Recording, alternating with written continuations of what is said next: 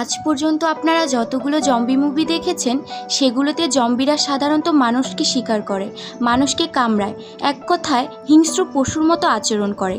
কিন্তু এই মুভিটি একেবারেই আলাদা হতে চলেছে, কারণ এই মুভির জম্বিরা শুধু চিন্তাই করতে পারে না, তাদের পরিবারও আছে। তারা বন্দুক চালাতে পারে, একে অপরের সঙ্গে কথা বলতে পারে, এমনকি নিজেদের পরিবারের জন্য জীবনও দিতে পারে। অর্থাৎ তাদের মধ্যে আবেগ অনুভূতি কাজ করে। আর সবচেয়ে অবাক করার বিষয় হলো এই মুভির আসল ভিলেন কোনো জম্বি নয়। গল্পের শুরু 1940 সাল থেকে। চারদিকে যুদ্ধের ধামাকা বাজছে। সেই সময় নতুন কিছু তরুণকে সেনাবাহিনীতে ভর্তি করা হয়। প্রথমবার আর্মির ইউনিফর্ম পরে সবাই খুব খুশি। ঠিক তখনই তাদের ক্যাপ্টেন এসে রাগান্বিত কণ্ঠে বলেন, বাইরে আসল যুদ্ধ চলছে আর তোমরা এখানে পিকনিক করতে এসেছো। ক্যাপ্টেনের কথা শুনে সবাই সঙ্গে সঙ্গে লাইনে দাঁড়িয়ে যায়। এরপর একে একে সবাই নিজেদের ছবি তোলে। এই দলে দুই ভাই ছিল, বড় ভাইয়ের নাম জ্যাক আর ছোট ভাইয়ের নাম বেন। ছবি তোলার পরই সবাই লেকের পাড়ে যায়। সেখানে পার্ক নামের এক ছেলে কিছু টাকার বিনিময়ে নৌকার ভেতরে খারাপ কাজ করার জন্য জায়গা দিচ্ছিল। ঠিক তখনই ক্যাপ্টেন সেখানে এসে হাজির হন। পরিস্থিতি সামাল দিতে পার্ক চালাকি করে ক্যাপ্টেনের উপর একটি জাল ফেলে দেয়। সুযোগ বুঝে পুরো দল সেখান থেকে পালিয়ে যায়, কিন্তু ক্যাপ্টেনও কম চালাক ছিলেন না। তিনি অন্য রাস্তা দিয়ে ঘুরে এসে সবাইকে ধরে ফেলেন। শাস্তি হিসেবে সৈকতের বালুর মধ্যে সবাইকে কঠোর পরিশ্রম করান। এদিকে জ্যাক তার প্রেমিকা ন্যান্সির সঙ্গে দেখা করতে যায়। ন্যান্সি আনন্দের সঙ্গে জানায়, আমি মা হতে চলেছি। খবরটি শুনে জ্যাক আনন্দে আত্মহারা হয়ে যায়। সে একটি আংটি বের করে এবং ন্যান্সিকে প্রপোজ করে, কিন্তু তাদের এই সুখ বেশিক্ষণ স্থায়ী হয় না। ঠিক তখনই এক জেলে দৌড়াতে দৌড়াতে সেখানে এসে হাঁপাতে হাঁপাতে জানায়, আমি শত্রুপক্ষের অসংখ্য যুদ্ধজাহাজকে এদিকে এগিয়ে আসতে দেখেছি। খবরটি শুনে জ্যাকের মুখের হাসি মিলিয়ে যায়। অন্যদিকে থাই সেনাবাহিনীর উচ্চ পদস্থ কর্মকর্তা জাপানির গোয়েন্দাদের সঙ্গে একটি জরুরি বৈঠক বসান। সেখানে একজন বিজ্ঞানী সবার সামনে তার নতুন গবেষণার কথা তুলে ধরেন। তিনি বলেন, জাপান শুধু একটি দেশই নয়, পুরো এশিয়ার সবথেকে শক্তিশালী শক্তিতে পরিণত হতে পারে। তবে তার জন্য আমাদের এমন এক অস্ত্র দরকার যা খুব অল্প সময়ের মধ্যেই শত্রুকে পরাজিত করতে পারে। এরপর তিনি একটি ভিডিও দেখান। সেখানে দেখা যায় একজন মানুষের শরীরে একটি অজানা ভাইরাস প্রবেশ করানো হচ্ছে। ভাইরাসটি প্রবেশ করার সঙ্গে সঙ্গেই লোকটির শরীর ও মুখ বিকৃতি হতে শুরু করে, আর কিছুক্ষণের মধ্যেই সে ভয়ঙ্কর এক জম্বিতে পরিণত হয়। ভিডিওটি দেখে উপস্থিত সবাই আতঙ্কিত হয়ে পড়ে। তারা বলে, এমন অস্ত্র পুরো মানবজাতির জন্যই ভয়ঙ্কর বিপদ ডেকে আনবে। কিন্তু জাপানি কমান্ডারের একটাই লক্ষ্য, জয়। তাই তিনি কারো আপত্তির কথা না শুনে এই প্রজেক্ট এগিয়ে নেওয়ার নির্দেশ দেন। এদিকে সব সৈনিককে ক্যাম্পে ডেকে আনা হয়। তাদের হাতে অস্ত্র তুলে দেওয়া হয় এবং যুদ্ধের জন্য প্রস্তুত করা হয়। কিন্তু ছোট ভাই বেন মনের তখনও প্রচণ্ড ভয়। তার মায়ের কথা বারবার মনে পড়ছিল, তাই সে লুকিয়ে বাড়িতে চলে যায়। কিছুক্ষণ পর ক্যাপ্টেন তাকে খুঁজতে খুঁজতে তাদের বাড়িতে পৌঁছে যান। তিনি বেনের মাকে বলেন, এই যুদ্ধের সময় আমাদের বেনকে খুবই প্রয়োজন, তাকে আবার ক্যাম্পে পাঠিয়ে দিন। কিন্তু বেনের মা সরাসরি না করে দেন। তিনি বলেন, আমি আগেই আমার স্বামীকে যুদ্ধে হারিয়েছি, এখন আর ছেলেকেও হারাতে চাই না। এই সুযোগে বেন পেছনের দরজা দিয়ে চুপচাপ পালিয়ে যায়। পথে তার বড় ভাই জ্যাকের সঙ্গে দেখা হয়। জ্যাক বলে, তুমি সবসময় যুদ্ধ থেকে, সব সমস্যার থেকে পালিয়ে বেড়াও, আর কতদিন এভাবে পালাবে? বেন উত্তর দেয়, আমি অন্য কারো যুদ্ধে কেন নিজের জীবন দিব? আমি শুধু শান্তিতে বাঁচতে চাই। জ্যাক কিছুক্ষণ চুপ করে থাকে। আমি খুব শীঘ্রই বাবা হতে চলেছি। এরপর সে বেনের কাঁধে হাত রাখে। বাহাদুর মানে এই নয় যে ভয় পাবে না। ভয় থাকার পরও সঠিক সিদ্ধান্ত নেওয়ার নামই সাহস, আর সেই সিদ্ধান্ত নেওয়াই দায়িত্ব তোমার। এ কথা বলেই জ্যাক সেখান থেকে চলে যায়। এদিকে সমুদ্রের তীরে শুরু হয়ে যায় ভয়াবহ যুদ্ধ। জাপানি সেনারা চারদিকে থেকে আক্রমণ চালায়। গুলির শব্দে পুরো এলাকা কেঁপে ওঠে। চারদিকে ধোঁয়া, আগুন আর মানুষের চিৎকার। অসংখ্য থাই সৈনিক যুদ্ধ করতে করতে মাটিতে লুটিয়ে পড়ে। মাত্র কয়েক মিনিটের মধ্যেই পুরো এলাকা রক্তাক্ত যুদ্ধক্ষেত্রে পরিণত হয়। অন্যদিকে অনেক ভেবে বেন সিদ্ধান্ত নেয় সে আর পালাবে না। সে আবার ফিরে আসে, হাতে অস্ত্র তুলে নেয় এবং যুদ্ধে যোগ দেয়। এটাই ছিল তার জীবনের প্রথম যুদ্ধ। সামনে অসংখ্য শত্রু আর তাদের দলের প্রায় সবাই নতুন সৈনিক, ফলে খুব দ্রুতই তাদের দল দুর্বল হয়ে পড়তে থাকে। ঠিক সেই সময় সমুদ্রের স্রোতের সঙ্গে একটি লোহার বাক্স ভেসে আসে, কিন্তু যুদ্ধের ব্যস্ততায় কেউ সেটির দিকে নজর দেয় না। কিছুক্ষণ পর বাক্সটি নিচ থেকেই খুলে যায় আর তার ভেতর থেকে বেরিয়ে আসে একটি ভয়ঙ্কর জম্বি।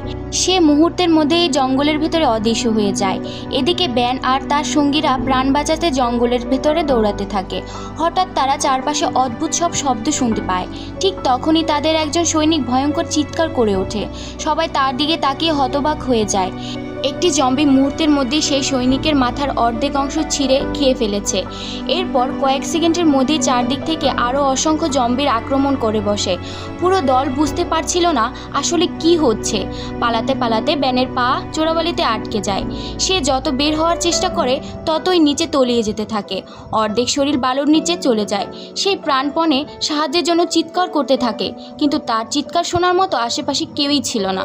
ঠিক তখনই হঠাৎ কেউ তার হাত শক্ত করে ধরে টেনে তোলে।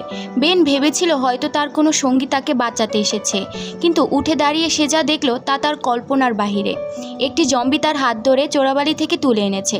ঠিক তখনই আরও কয়েকটি জম্বি সেখানে এসে উপস্থিত হয়। অন্যদিকে জাপান ও থাইল্যান্ডের উচ্চপদস্থ কর্মকর্তারা দুই দেশের মধ্যে সাময়িক যুদ্ধবিরতিতে সম্মত দেন। যুদ্ধ থামানোর সিদ্ধান্ত নেওয়া হয়, কিন্তু জঙ্গলের গভীরে ঠিক কী ঘটেছিল সে সম্পর্কে তখনও কেউ কিছু জানত না।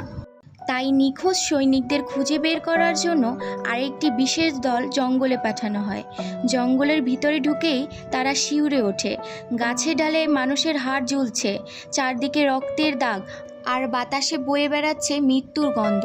পরিবেশ এতটাই ভয়ঙ্কর ছিল যে প্রত্যেকের বুক কেঁপে উঠেছিল। হঠাৎ বাতাস বইতে শুরু করে। গাছে ঝুলে থাকা হাড়গুলো একে অপরের সঙ্গে ধাক্কা খেয়ে অদ্ভুত শব্দ করতে থাকে। সবাই সেই শব্দের উৎস খুঁজতেই ঝোপের আড়াল থেকে একসঙ্গে অসংখ্য জম্বিকে বেরিয়ে আসতে দেখে। সৈনিকরা আর এক মুহূর্ত দেরি না করে গুলি চালাতে শুরু করে। অনেকক্ষণ ধরে টানা গুলিবর্ষণ চলতে থাকে। অবশেষে যখন গুলি থামে, তারা সামনে এগিয়ে দেখে একটাও জম্বির লাশ নেই, যেন কয়েক সেকেন্ড আগেই সবকিছু উধাও হয়ে গেছে। ঠিক তখনই পেছন থেকে এক সৈনিকের হৃদয় বিদারক চিৎকার শোনা যায়। সবাই ঘুরে তাকিয়ে দেখে একটি জম্বি তার মাথার অর্ধেক অংশ ছিঁড়ে খেয়ে ফেলেছে। এই দৃশ্য দেখেই বাকি জম্বিরাও একসঙ্গে ঝাঁপিয়ে পড়ে। কয়েক মিনিটের মধ্যেই পুরো উদ্ধারকারীর দল শেষ হয়ে যায়। অন্যদিকে জ্যাক কয়েকজন বেঁচে থাকা সৈনিককে নিয়ে ব্যানের খোঁজে জঙ্গলে আরও গভীরে এগিয়ে যায়। পথে তারা পুড়ে যাওয়া লাশ, ছড়িয়ে ছিটিয়ে থাকা অস্ত্র আর মানুষের শরীরের টুকরো দেখতে পায়। সব কিছু দেখে তাদের মনে হয় এখানে যেন নরক নেমে এসেছে। কিছু দূর এগোতেই জ্যাক খুব ক্ষীণ একটা সাহায্যের আওয়াজ শুনতে পায়। সেই শব্দে অনুসরণ করতে করতে তারা একটি পুরনো গর্তের কাছে পৌঁছে যায়। নিচে তাকিয়ে জ্যাক দেখতে পায় একজন আহত সৈনিক হাত নেড়ে সাহায্য চাইছে। এক মুহূর্ত দেরি না করে জ্যাক গাছের সঙ্গে দড়ি বেঁধে নিচে নামতে শুরু করে, কিন্তু নিচে পৌঁছাতেই সেই আহত সৈনিক আচমকা জম্বিতে পরিণত হয়ে তার উপরে ঝাঁপিয়ে পড়ে। জ্যাক প্রাণপণে তাকে ঠেলে সরিয়ে পাশে পড়ে থাকা একটি ধারালো অস্ত্র দিয়ে তার মাথায় আঘাত করে। তবুও জম্বিটি মরছিল না। শেষ পর্যন্ত জ্যাক কাছেই জ্বলতে থাকা একটি কাঠ তুলে জম্বিটির শরীরে আগুন লাগিয়ে দেয়। কয়েক সেকেন্ডের মধ্যেই জম্বিটি আগুনে পুড়ে ছাই হয়ে যায়। তবে এই লড়াইয়ে জ্যাকের একটি চোখ মারাত্মকভাবে আহত হয়। প্রচণ্ড যন্ত্রণায় সে অজ্ঞান হয়ে পড়ে। জ্যাক যখন জ্ঞান ফিরে পায় তখন সে নিজেকে সমুদ্রের তীরে পড়ে থাকতে দেখে। চারদিকে শুধু ধ্বংসস্তূপ, পুড়ে যাওয়া লাশ আর যুদ্ধের চিহ্ন। তার একটি চোখে প্রচণ্ড ব্যথা হচ্ছিল। ঠিক তখনই একটি উড়ন্ত প্রজাপতির দিকে তার নজর যায়। সেই প্রজাপতিকে দেখেই তার মাথায় পুরনো কিছু স্মৃতি ভেসে ওঠে। সে মনে করতে থাকে কেন সে এই যুদ্ধে এসেছে এবং কেন তাকে যে কোনো মূল্যে তার ভাইকে খুঁজে বের করতেই হবে। অন্যদিকে বেন এখনও জম্বিদের হাত থেকে প্রাণ বাঁচানোর চেষ্টা করছে। জঙ্গলের প্রতিটি পথ যেন মৃত্যুর ফাঁদে পরিণত হয়েছে। চারদিকে শুধু জম্বিদের গর্জন আর মানুষের চিৎকার। এদিকে জাপানি সেনাবাহিনীও বুঝতে পারে যে পরিস্থিতি তাদের নিয়ন্ত্রণের বাইরে চলে যাচ্ছে। যে ভাইরাসকে তারা অস্ত্র হিসেবে ব্যবহার করতে চেয়েছিল সেটাই এখন তাদের জন্য সবচেয়ে বড় বিপদ হয়ে দাঁড়িয়েছে। কিন্তু ততক্ষণে অনেক দেরি হয়ে গিয়েছে। জঙ্গলের ভেতরে একের পর এক সৈনিক জম্বিতে পরিণত হতে থাকে।